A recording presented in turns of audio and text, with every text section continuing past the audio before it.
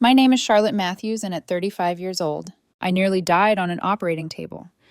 Yet, my family stayed at my sister's engagement party. Months later, when they needed me, I was already gone. If you have ever felt betrayed by the people who should have been your biggest supporters, let me know where you are watching from. After they removed the hospital wristband, I had a pale ring around my wrist for several weeks. Sometimes I notice myself stroking that region, searching for something that is no longer there. It's amazing how even the tiniest physical reminders may survive the most severe emotional pain. Or perhaps it is the other way around. My name is Charlotte Matthews, and I nearly died on Thursday. It began 4 months before that Thursday with what I assumed was simply stress. Working as a marketing director for a pharmaceutical business in Boston required hard hours and continual pressure. So when my stomach ached, I blamed it on too much coffee and little sleep. By the time the agony got unbearable, I'd convinced myself it wasn't serious. The irony was not lost on me that I worked for a firm that manufactured diagnostic technology, yet couldn't diagnose my own worsening health. Sophie, my younger sister, was always the center of attention in our family. She'd graduated from Harvard, worked at a famous financial firm in Manhattan, and was newly engaged to James, whose family controlled half of Connecticut. My parents, John and Catherine Matthews, had spent the previous 7 months organizing Sophie's engagement extravaganza, as if it were a royal wedding. Since March, all I'd heard about was the botanical garden setting, the live orchestra, Sophie's commissioned designer dress, and the guest list that read like a Forbes magazine directory. Every Sunday dinner at my parents' Cambridge home became a planning session with me nodding along while my mother obsesses about centerpiece arrangements and my father debates wine choices. Charlotte, you're definitely coming, my mother had stated during one of these dinners, without really asking the question. Sophie is looking forward to seeing you. Of course, I answered, moving food about my plate as my stomach clenched. I would not miss it. The gala was slated on December 1st. My body had already booked my emergency surgery for the same night, but I had no idea. The ache had become worse during October. I'd seen my doctor twice. The first time she mentioned it may be stress-related. She recommended acid reflux medication. The second time, she requested an ultrasound. It revealed something wrong in my appendix, but was not definite. She had sent me to a specialist, but the earliest appointment possible was 4 weeks out. She advised me that if the agony became intolerable, I should visit the emergency room. Do not wait. I had nodded, received my medicines, and returned to work. Looking back, I see how idiotic that was. However, when you are living in the circumstance, everything appears doable until it isn't. I had taken ibuprofen like candy and continued to attend meetings, answer to emails, and pretend everything was normal since admitting otherwise felt like admitting weakness. My boyfriend Ethan had observed that I wasn't eating much. We'd been dating for 3 years, living in my Back Bay apartment, and he was worried enough to advise I press harder for answers. But Ethan, an architect who travels frequently for work, had departed for a job in Seattle the week before the gala. We chatted on the phone, and I downplayed how terrible things had gotten because I didn't want him to be concerned from 2,500 minutes away. The morning of December 1st began horribly. I had woken up at 5 o'clock a.m. I had spent 25 minutes in the bathroom trying not to puke because the agony was so acute. Despite the frigid weather in December, I was sweating when I got dressed for work. I phoned in sick, which I seldom did, and spent the day curled up on my sofa, a heating pad pressing against my side. Around 3 p.m., my mother called. "Charlotte, please tell me you're getting ready," she said without explanation. "The gala starts at 7, and you know how your sister reacts when people arrive late." "Mom, I truly am not feeling well." My voice had sounded softer than I had meant. "I guess I might have to miss tonight." The quiet on the other end was so long that I checked to be sure the call hadn't been dropped. My mother eventually said, "You're joking." Her tone had become cold. "Charlotte, this is your sister's engagement gala. She had been preparing this for months."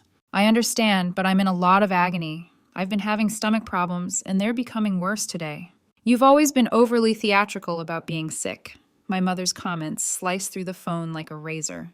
"Remember when you thought you had mono in high school and it turned out to be a cold? Or when you feared you'd fractured your ankle on that ski vacation only to discover it was a sprain?"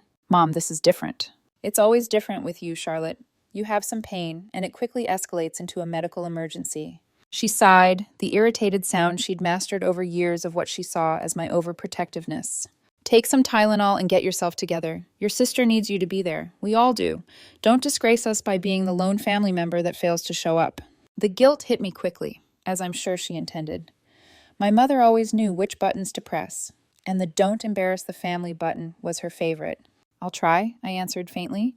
You will do more than try. Be there by 6:30. We need photographs before the visitors come. She hung up before I could react. I sat there clutching my phone, feeling the agony pulse through my abdomen in waves, and wondering whether she was correct. Maybe I was being overly dramatic. Maybe this was simply a horrible day. I'd push through it for a few hours. Sophie was my only sibling. Despite our differing roots in life, and despite the fact that my parents plainly preferred her accomplishments over mine, she was still my younger sister. By 6:00 p.m., I persuaded myself I could do it. I dressed in the cocktail dress I'd purchased expressly for the gala, carefully applied makeup to conceal my pale complexion, and hired a rideshare to drive me to the botanical gardens. Every bump in the road shot new spikes of anguish through my torso, but I breathed through them. I have to agree, the venue was stunning. Thousands of small lights were hung throughout the greenhouse, transforming it into something out of a fairy tale. Sophie looked gorgeous in her champagne-colored gown, and James stood next to her, looking rightly proud. My parents had been holding court near the entryway, welcoming visitors with a social elegance honed over years of experience. "Charlotte, finally," my father had exclaimed when he noticed me. "We were beginning to suspect you'd skip your own sister's party." "I told you she'd come," my mother said, air kissing both of my cheeks. "Though you do appear pale, sweetheart. You should use the restroom before taking pictures." I'd made it through the formal family portraits, despite having to lean against a pillar between shoots. I'd made it through the first hour of the gala, sipping a glass of ginger ale and avoiding the catering tables since the mere notion of eating made me nauseated. I'd even made it through my mother introducing me to many of James's family acquaintances whose names I'd quickly forgotten since the anguish had begun to block out everything else. Around 9:00 p.m., I located my mother near the bar. "Mom, I need to go home. Something is horribly wrong." She'd stared at me with barely veiled annoyance. "Charlotte, we haven't even finished the toast yet. Could you kindly hang on for another hour?" "I do not think I can. The agony is worsening." "Then sit somewhere quiet for a while. There is a seat in the orchid room, but you definitely cannot go until Sophie and James have cut the cake. It would destroy her." I attempted to argue, but my mother had already turned away to welcome another person, dismissing me with a wave of her hand. The orchid room had been vacant and pleasantly cold. I sat on the bench my mother had advised, slightly leaning forward since it hurt less than sitting upright. Through the glass walls, I could see the celebration continue. The orchestra performed. Everyone laughed and danced. Sophie shined at the center of it all. Around 9:15, the discomfort peaked. I'd been breathing through the pains 1 second and the next. Something had exploded inside me, turning the entire world white with anguish. I attempted to rise up and instantly fell. I can't recall much after that. Fragments return sometimes, generally at 3 a.m. when I am unable to sleep. The chill of the tile floor on my cheek. Someone is crying for aid. I could taste copper in my mouth as I was put onto a stretcher. The greenhouse's roof spun above me as they rolled me through the crowd. Later, far later, one of Sophie's pals described what the scene looked like from the outside. I had been laying on the orchid room floor in a pool of blood. My champagne dress became scarlet as paramedics worked tirelessly to stabilize me. The entire event had come to a standstill. Guests rushed around, eager to see what was occurring. Someone had phoned 911, and my parents were outraged at the inconvenience. According to this friend, who was shocked enough by their reaction to remember it clearly, my mother had said, "Could she really not have held on until after the cake cutting?" I'd been rushed to Massachusetts General Hospital, where doctors discovered that my appendix had not just ruptured, but had been slowly leaking for days, filling my abdominal cavity with infection and internal bleeding. I required emergency surgery immediately. My situation was bad enough that the surgical team momentarily wondered whether it was too late. The procedure had lasted 5 hours. I had flatlined twice on the surgical table. The surgeon subsequently told Ethan, who had boarded the first aircraft back from Seattle, that I was on the verge of death due to septic shock and blood loss. My family was at the Botanical Gardens when I was bleeding out in the surgery room. The gala proceeded after the ambulance left. My parents had said that I had a medical episode but was being treated, and then they continued with the planned program. The toast was made. The cake was sliced. The orchestra had performed till midnight. That night, none of my family members had visited the hospital. I awoke 40 hours later in the ICU, intubated and hooked up to so many devices that I looked like something out of a science fiction film. Ethan had been sleeping in the recliner next to my bed. When I opened my eyes, he called for the nurse and held my hand while I attempted to figure out what had occurred. My folks paid me a visit on the third day. I had been moved to a regular room by then, but I was still in a lot of pain and on 4 antibiotics. They came at 3 p.m. with my mother carrying a modest bouquet of cheap flowers. "Charlotte, thank God you're all right," my mother exclaimed, placing the flowers on the ledge. "You gave us quite a scare." My father had stood at the entrance, appearing uneasy in the manner that people do when faced with disease. The doctor added, "You're going to make a full recovery." I glanced at them, my head still blurry from pain medication, but clear enough to notice the lack of genuine care in their words. "You didn't come," I said. My throat had become sore from the breathing tube. "I nearly died, and you didn't come. The doctor informed us that you were in surgery, and there was nothing we could do." My mother responded by arranging the flowers needlessly. "It seems more feasible to stay with Sophie. She was quite upset about what had transpired. I am devastated that I destroyed her party." "Do you mean my mother's look has hardened? That is unjust. Your sister was really concerned about you. But certainly, Charlotte, your timing was quite poor. Do you have any clue how much the gala cost? How many significant persons were present?" James's parents were appalled by the pandemonium. I felt a fracture inside me, something that had presumably been breaking for years before splitting entirely at that instant. "I nearly died, but you didn't," my father had said, his tone implying that we should all be thankful and go on. "The doctor rescued you. Everything turned out great. There is no need to be overly theatrical about it. Melodramatic. There was the word again. I need you to leave," I murmured gently. "Charlotte, do not be childish," my mother had begun, but I interrupted her. "Yes, both of you." They exchanged glances, and I noticed my mother's jaw tighten in the way it does when she is upset but tries to seem calm. "Fine. Come back when you're feeling more sensible. Clearly the drug is affecting your emotions." After they went, I sobbed for the first time since I awoke. Ethan had held me as gently as he could without upsetting any of my tubes or wires, and I'd cried into his shoulder until I was fatigued enough to fall asleep. Sophie texted me 4 days after her surgery. "Mom said, 'You're awake. Glad you're okay. Sorry the timing of everything was so awful. Not sorry I nearly died. Not sorry she hadn't visited. Sorry about the timing.'" As if my medical emergency had been an inconvenient scheduling conflict. I stared at that text for a long time before deleting it without responding. Megan, my best friend from college, had traveled up from New York twice to pay me a visit. I had been in the hospital for 9 days in all, and Ethan had stayed with me whenever he wasn't required to wash or sleep at home. Several coworkers had sent cards and flowers, but my parents hadn't returned, and Sophie hadn't paid me a visit. On the day I was discharged, my mother called, while Ethan was helping me get dressed in actual clothes instead of a hospital gown. "Your father and I think you owe Sophie an apology," she'd announced, and I nearly dropped the phone. "Excuse me?" Her engagement gala was intended to be the highlight of her year, Charlotte, but the entire evening ended up being about you and your medical problems. Several guests left early, and the photographer couldn't get all of the images Sophie wanted due to the ambulance and police cars outside. "I was dying, Mom, and I apologize for interrupting the party. You've always had to make everything about you, even as a child, and you couldn't stand it when Sophie got attention." James's mother had been asking invasive questions about our family's health history, which was embarrassing. The medicine fog had lifted enough for me to understand exactly what she was saying and not saying. "You're correct," I'd said, my voice flat, "and I apologize for nearly dying at an inconvenient moment. It will not happen again." "That is more like it. I am delighted you are finally being rational about this. We'll invite you around for supper after you've recovered, and we can all get over this unpleasantness." "Sure, Mom. I'll let you know when I'm feeling up to it." I hung up and glanced at Ethan, who had been standing there with my shoes in his hands and absolute wrath on his face. "Did she really just—" He'd started, but I'd nodded my head. "I need you to drive me home. We can talk about it later." Ethan had helped me up the stairs, gotten me settled on the couch with pillows and blankets, made sure I had my medications, water, and everything I might need within reach, and then sat beside me, careful not to jostle me. "What are you going to do?" he had asked. I'd been thinking about that question since my parents' hospital visit, but the phone call had crystallized something in my mind. "I'm going to let them go." "What do you mean?" "I mean, I'm done with my parents, with Sophie, with everything.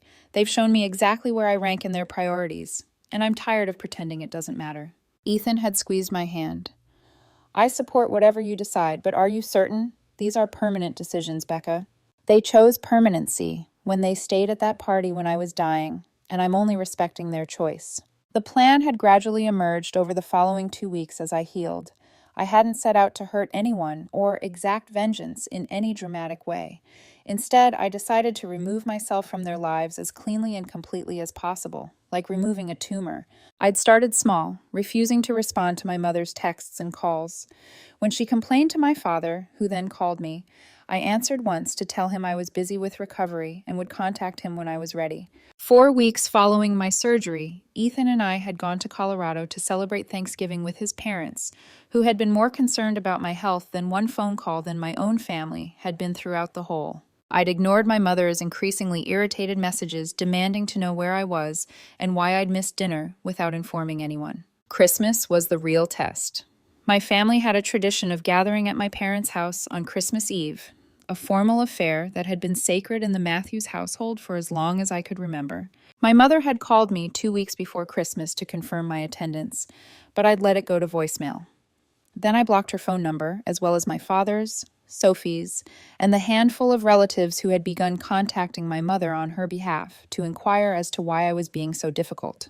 The silence was immediate and complete, with no calls, texts, or emails. I had made myself unreachable. Ethan had asked me several times if I was sure about the decision, and I was. For the first time in my adult life, I'd felt light, without the constant weight of their expectations and disappointments pressing down on me. I changed my phone number in January and hadn't given the new one to any family members yet. In February, I moved to a different apartment in Brooklyn that no one knew the address to. I blocked them on social media. I changed my emergency contact information at work and with my doctors. And by March, I'd effectively vanished from my family's life. I'd heard from Megan, who'd run into an old family friend, that my parents were initially confused, then annoyed, and finally bewildered by my absence. Apparently, they drove to my old apartment building, only to be told by the landlord that I had moved and left no forwarding address. They seem to think you've had some kind of breakdown, Megan had told me over coffee.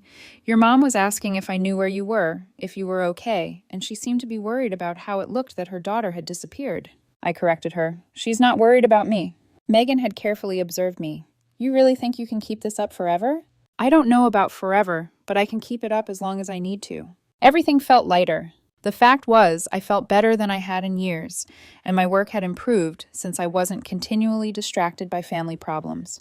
My relationship with Ethan had deepened because I wasn't using him as an emotional buffer against my parents' criticism. I'd started running again, gradually, rebuilding the strength I'd lost during my recovery, and I'd even taken up painting, which I'd loved in college, but had abandoned because my mother thought it was a waste of time. 9 months had passed like that. I was at a conference in New York in late July, and I ran into one of James's cousins in the hotel elevator. She recognized me right away and launched into a sympathetic speech about how awful everything must be with my father and how she hoped he would recover quickly. After 9 months of peace, autonomy, and freedom from the constant judgment I'd lived under my entire life, my father suffered a heart attack. I'd stood there in the elevator trying to understand what she was saying. I'm sorry, what happened to my father? Her face had slumped. Oh God, you don't know. I assumed your family must have informed you. Informed me what? Your father had a heart attack 3 days ago and is at Mount Auburn Hospital. I just assumed you'd be there or that someone would have called you. I got off the elevator on the wrong floor and spent 10 minutes in a hallway alcove staring at my phone. Of course, they had tried to reach me, but I'd blocked all of their numbers months ago and I'd been completely unreachable. The question was whether I cared. I'd called Ethan in New York. Do you want to see him? He'd asked. I'd said, he's my father. Regardless of everything else, he's still my father. He'd responded quickly, heard the tremor in my voice, and allowed me to explain my choice aloud. Or do you feel you should see him? Because those are two different things, Becca. I thought about the hospital room 9 months ago, about my parents arriving on day 3 with grocery store flowers, about my mother telling me I owed Sophie an apology, while I was still recovering from nearly dying, and I admit I don't want to see him. I'd stayed in New York for the rest of the conference. I checked the news briefly and found a small article mentioning John Matthews, a prominent Boston attorney who had suffered a cardiac episode but was in stable condition. I put my phone away and went to dinner with colleagues. I was happy that my father had survived, but I hadn't called them. A week later, I discovered a follow-up piece that stated he had had an emergency stent placed and was in stable condition despite the fact that he had sustained major cardiac damage. In September, nearly a year after the gala that nearly killed me, I was at a restaurant in Cambridge with Ethan celebrating my promotion to senior director when I looked up from my menu and saw Sophie standing 3 tables away. Sophie had seen me at the exact same time. Her face had gone through a series of expressions: surprise, confusion, and anger before she'd excused herself from her dinner companions and walked directly to our table. "Charlotte," her voice had been sharp enough to cut. "Where the hell have you been?" I'd set down my menu carefully. "Sophie, nice to see you." "Nice to see me. Are you kidding?" She'd kept her voice low, conscious of the other diners, but her rage was clear. "Dad had a heart attack, and you couldn't even be bothered to pay him a visit in the hospital. You blocked all of our phone numbers, so I didn't even know he had a heart attack. Mom and Dad have been searching for you for over a year. You cut us off completely, as if we meant nothing to you." Her hands were shaking. "What is wrong with you?" I'd looked at my sister, this person I'd grown up with and barely recognized anymore, and felt nothing but a distant sort of sadness. "I nearly died, Sophie, on an operating table while you and Mom and Dad were at your party eating cake. That's not fair. We didn't know how serious it was. The ambulance said you were stable. I flatlined twice during surgery. The doctor said I came within minutes of dying, and no one from my family came to the hospital that night." I kept my voice steady. "You texted me days later to apologize for the timing." Sophie flushed. I didn't know what to say. It was awkward. "It was awkward?" I'd repeated. "My near-death experience was awkward for you? You're being unfair. Mom and Dad came to see you. They brought you flowers." 3 days later, after calling me melodramatic and suggesting I'd ruined your party on purpose, I picked up my water glass just to do something with my hands. "You want to know what's wrong with me? Nothing. For the first time in my life, nothing is wrong with me.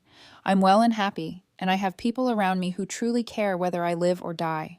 "We care," Sophie had persisted, but the words had sounded empty. "You worry about how my absence affects you."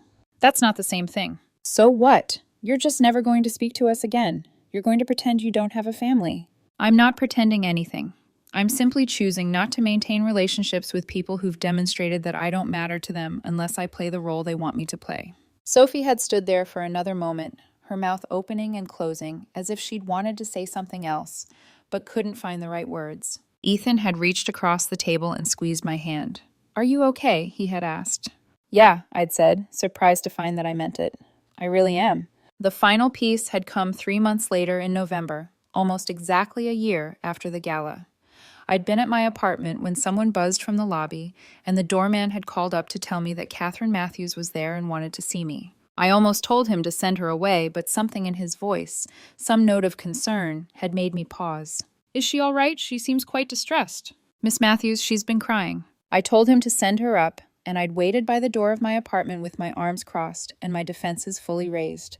My mother had looked smaller than I'd remembered. She was older. Her lipstick was stained from weeping, and she'd been gripping her purse like a lifeline. "Charlotte," her voice had cracked on my name. "Please, can we talk?" I'd allowed her in, but hadn't offered her a seat. We'd stood in my entrance, 2 feet away, but worlds apart. "Mom, what's wrong?" "It's your father. He had another episode yesterday. They don't think he has much time. His heart is failing." The shock was sudden and disorienting. I assumed he'd recovered. The article stated he was okay. He wasn't managing his medicine properly. He resumed working too many hours. I'd stood in my apartment, gazing at my mother, weeping, trying to find any emotion in what she'd just told me. His heart was weakening, and she'd started crying in earnest yesterday. "Charlotte, please, he's begging for you. He wants to see you before—" "That night when I was dying, why didn't you come to the hospital?" My mother wiped her eyes, smearing her mascara even more. I was filled with sadness, grief, and anger because he had allowed his health to deteriorate, but the well from which I had drawn my entire life had run dry. "Charlotte, your father is dying, and I nearly died while you ate cake and posed for photos.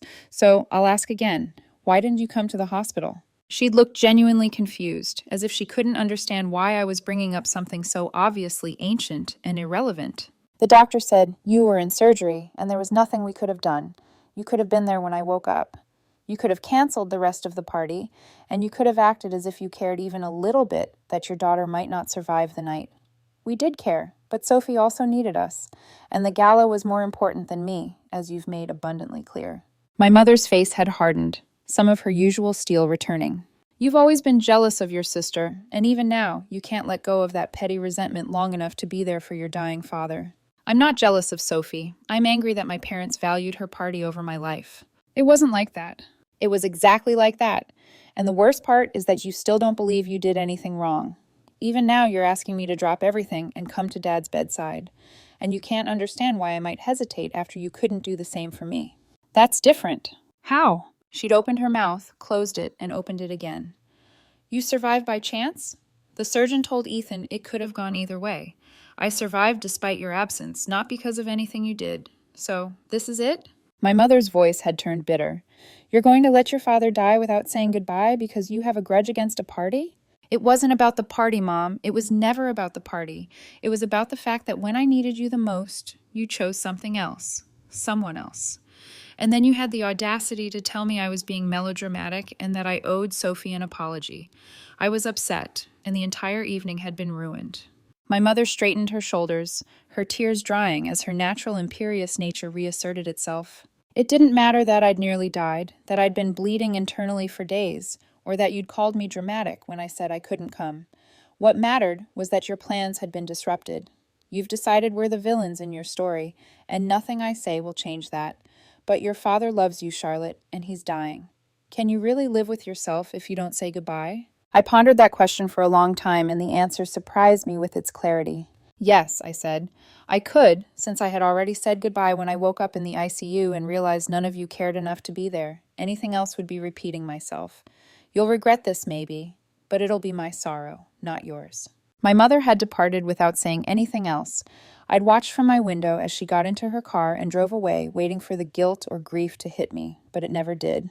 My father died 3 days later, according to an obituary in the Boston Globe, and the service was held at a church in Cambridge, with speeches from colleagues and family members. I'd read the whole thing, sitting at my kitchen table, drinking coffee, and feeling disconnected from the entire narrative. Ethan had been worried about me. Are you sure you're okay? It's normal to have complicated feelings about this. I'm sure I'm sad that he's gone, but I'm sad the way I'd feel about any person dying. Not about losing my father. I'd looked up at him. Does that make me a bad person? Sophie had gotten my new phone number, most likely from a mutual contact or an old colleague, and left a voicemail after the funeral.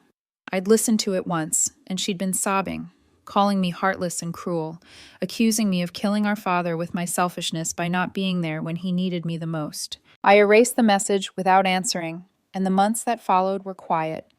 I'd pushed myself into work, gotten engaged to Ethan that spring, and begun planning a modest wedding for just close friends, creating a life that left no room for the family I'd been born into. A year after my father's death, nearly 1.5 years after the gala, I was walking through Boston Common when I saw my mother sitting on a bench alone, feeding pigeons from a bag of breadcrumbs, and she looked so diminished that I almost walked past without recognizing her. Most people were polite enough not to press for details, so I developed a simple response.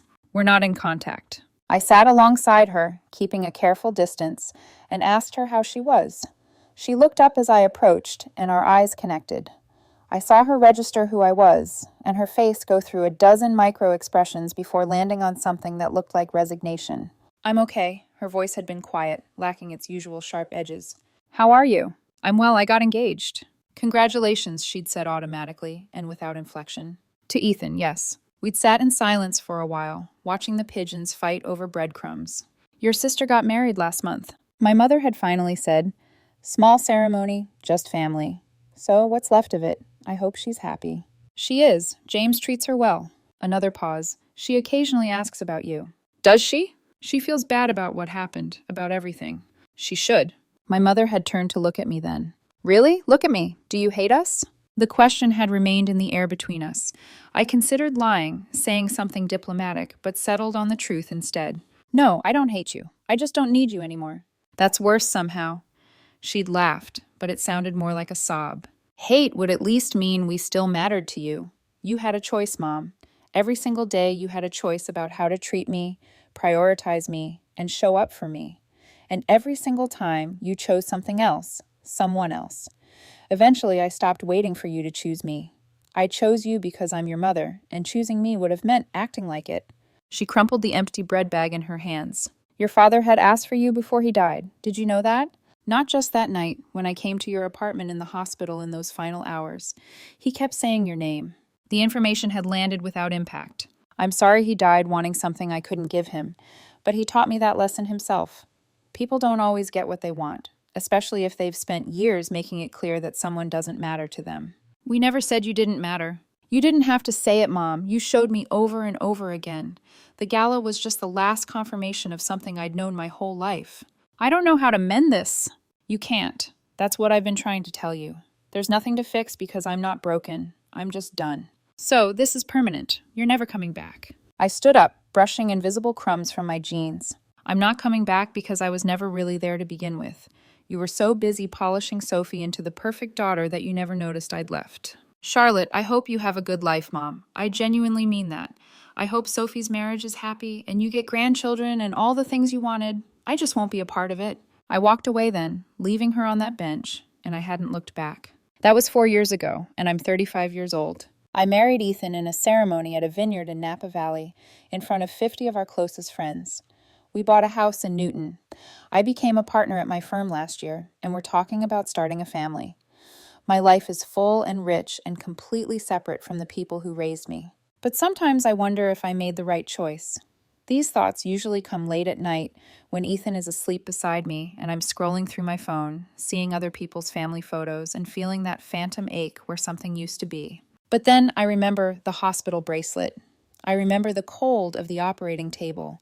I remember waking up and realizing that the people who were supposed to love me the most in the world had chosen a party over my life. And I remember that choosing myself was not a form of vengeance, punishment, or even a choice at all.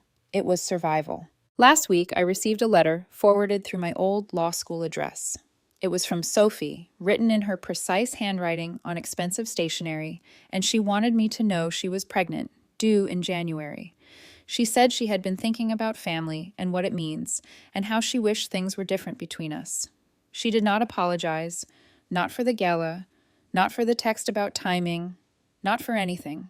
She just said she hoped that the baby could be a fresh start for all of us. I read the letter twice and then put it in a drawer with other artifacts from my old life, like my hospital discharge papers, my father's obituary, and the block numbers list that used to be my family contacts. Maybe someday I'll feel differently. In the years since I nearly died on that operating table, I've learned that you can't force people to care about you or make them prioritize you. Maybe someday the anger will subside and I'll be able to meet my niece or nephew, but most likely not. You can't persuade them that you're important when they've already decided you don't. What you can do is accept who they are and what they're capable of giving you, and then decide if that's enough. For me, it wasn't. So I chose silence, absence, and removing myself from an equation where I was always going to be the variable that didn't matter. Ethan asked me the other night if I ever regretted ghosting. We were cooking dinner together, moving around our kitchen in the synchronized way of people who've learned each other's rhythms, and he asked the question casually, as if he'd been thinking about it for a while. "Do you ever wish you'd given them another chance? After your father died, when your mother contacted you, or now with Sophie's baby?" I considered it while chopping vegetables for the salad. No, because another chance implies they deserved a first chance and squandered it. But they had hundreds of opportunities.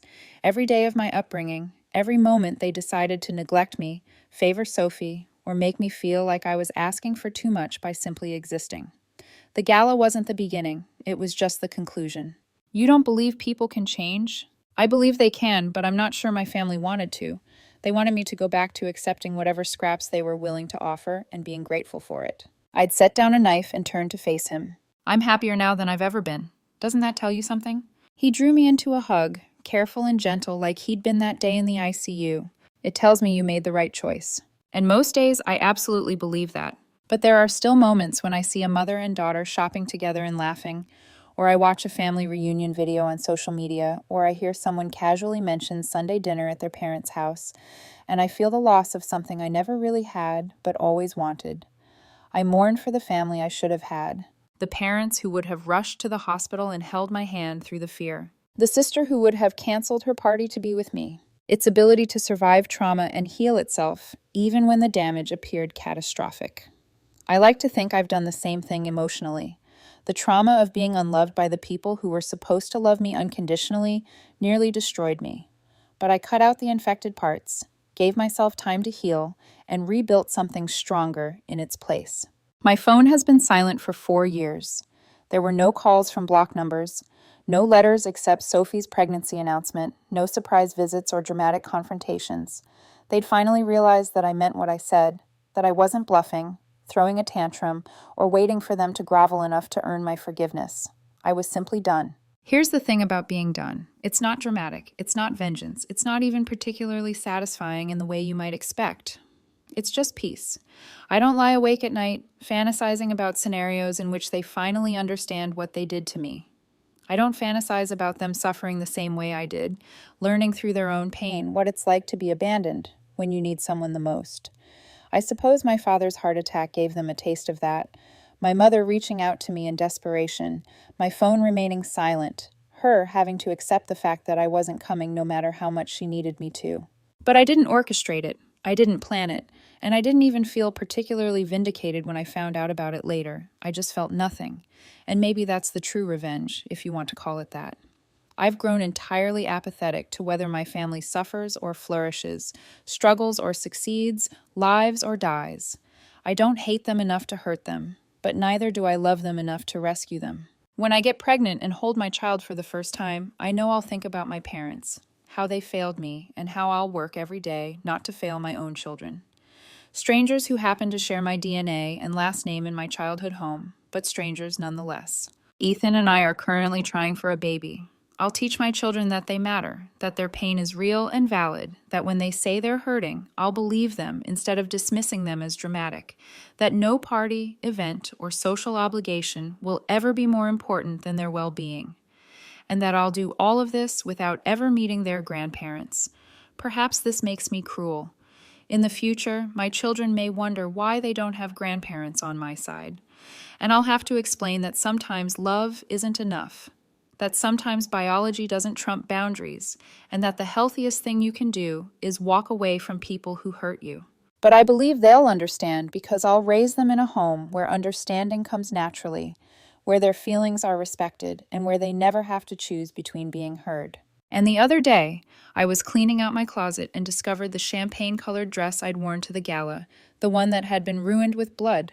I'd kept it for some reason, shoved it in the back of a garment bag, and forgotten about it until my hand landed on the familiar fabric. I pulled it out and looked at it for a long time. The stains had set permanently, dark rust-colored patches across the silk. It was unwearable, unsalvageable, and I threw it in the trash without hesitation. Some things can't be cleaned, repaired, or made beautiful again. Some damage is too fundamental, too deep, and the only option is to let it go and move on to something new. That dress isn't a metaphor, but maybe it is. Either way, it's gone, and I'm still here. I'm still here, living a life that my family will never see, creating a future they will never see, and becoming a person they will never truly know. And I'm fine with that. In fact, I'm happy because choosing myself gave me the freedom to become someone I actually enjoy. So, no, I don't feel guilty. I don't lie awake at night wondering if I should have tried harder, forgiven more readily, or given them the chances they never deserved. I simply move on. My life is proof that you can not only survive, but even thrive when you are unloved by your family. They wanted me to need them, and they expected me to eventually miss them enough to forget what had happened. You can construct something greater from the debris of shattered relationships and unmet expectations. All you have to do is be willing to let go. I let go 4 years ago on an operating table when I flatlined twice and no one from my family noticed, and I've been free.